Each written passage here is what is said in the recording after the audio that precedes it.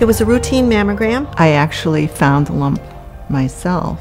I got a phone call on a Tuesday night to confirm a biopsy. When you hear the words, you have breast cancer, you're not expecting to hear it. And then, of course, when she said it, I was like, what? I was totally floored. Because you sit there and you're just numb. She said, you have cancer of the breast. And at that point, I thought I was going to faint.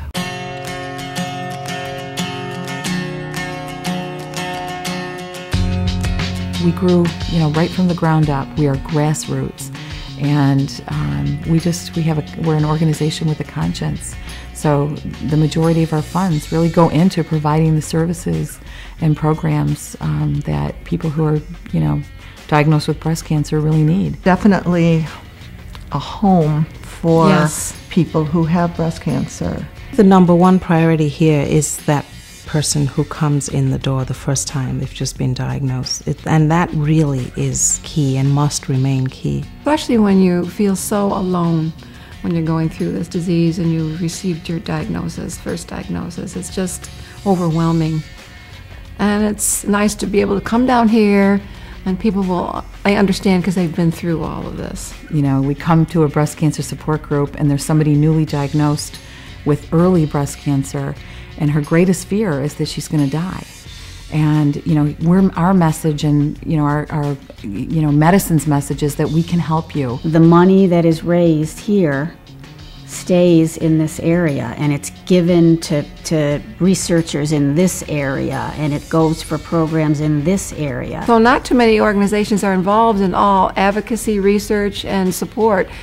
Some organizations don't do all of that, and that's what this organization does. People think breast cancer gets so much attention. It's because it deserves attention.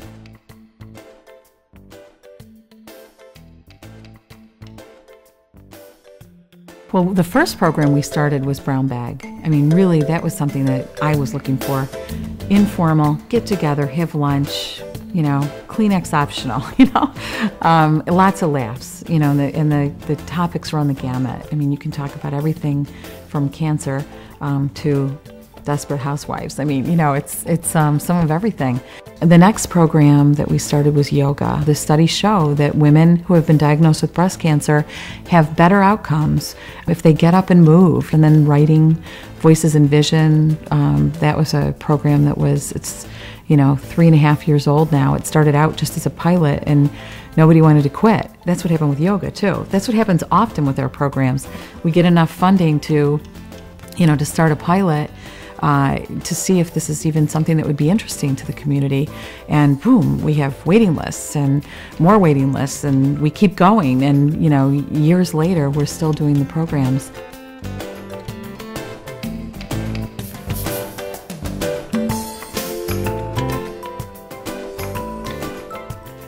Well, we're both members of the Advocacy Committee, and that's where we meet with legislatures to see what they can do to help to raise money. Our Pink Ribbon Run on Mother's Day has grown to thousands.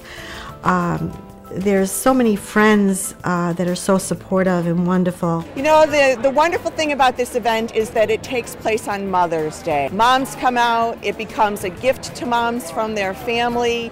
Friends walk with friends. It's just an amazing, warm, emotional event, and people tell other people. I think that's why we've grown every year, is that people walk away from this with such a great experience that they want to share it the next year with other loved ones. I know I've got a pocket full of tissues because every time we do this I can't help but break down. So it's wonderful. I'm honored, blessed. I think we have excellent leadership. Excellent.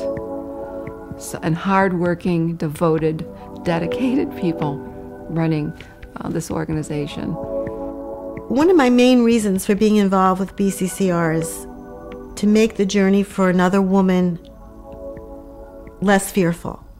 We always need volunteers. We certainly would encourage people to volunteer, and they don't have to be a breast cancer survivor. They just have to feel that it's something that they would like to pursue or enjoy or get involved in, to be a help and to make a difference. It's just it's gratifying. You feel like you're whether you call it karma or whatever, you feel like you're giving back. I started to volunteer here. I volunteered here and at the mall, selling flowers, things like that.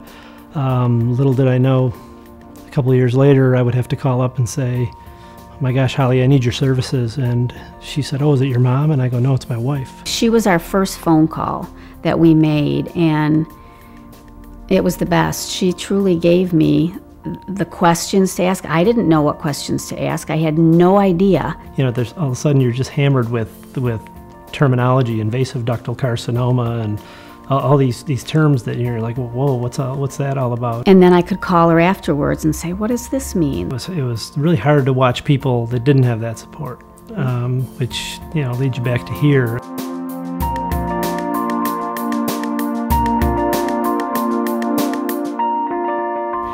You know, there's not a disease that behaves quite like breast cancer, and it cheats. It doesn't play by the rules. You know, you can get breast cancer, can recur, and you can find it in, you know, other sites of your body years after you think you are safe. 10 years and 2 years. So a 2-time survivor. Still haven't figured out how you say that in one answer. I feel like I probably call on anybody here if I needed some help or support. I'm in a different place than I was 4 years ago, and it's a good place, so it's great organization. And I got this very compassionate, understanding person who instantly put me through to Holly, who listened to me, asked me questions after I put the phone down, really wondering what kind of organization is that?